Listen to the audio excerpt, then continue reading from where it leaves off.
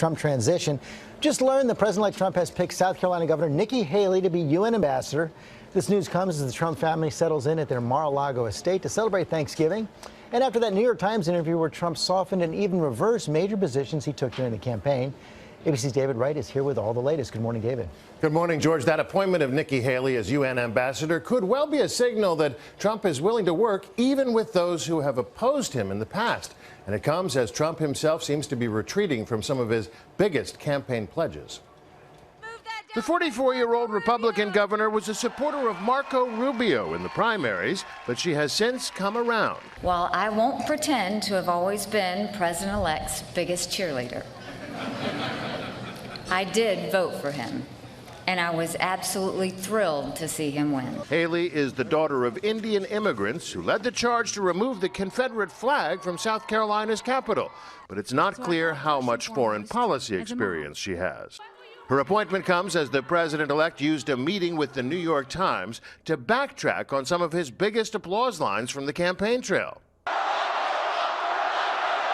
The crowd chanted "Lock her up" at every Trump rally in response to the candidate's vow to seek criminal charges against Hillary Clinton. If I win,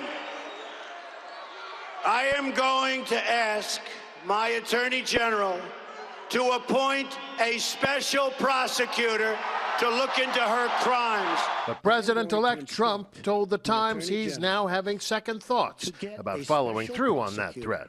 "I think it'd be very, very divisive for the country," he said, adding, "I don't want to hurt the Clintons, I really don't. She went through a lot and suffered greatly." Well, so much for locking her up, I guess. Senator Lindsey Graham told Fox News that's not good enough. I do hope that all the things that Donald Trump said about how crooked she was, that we just don't let it go without some serious effort to see if the law was truly violated. On climate change, another issue candidate Trump hit hard. We will also cancel billions in global warming payments to the United Nations. President-elect Trump is now more non-committal. He told the Times, "I have an open mind to it." And on torturing potential terror suspects, I would bring back waterboarding, and I'd bring back a hell of a lot worse than waterboarding. the president-elect indicated he changed his mind about that after his sit-down this weekend with retired General James Mattis, now a candidate for Secretary of Defense. He says Mattis told him establishing trust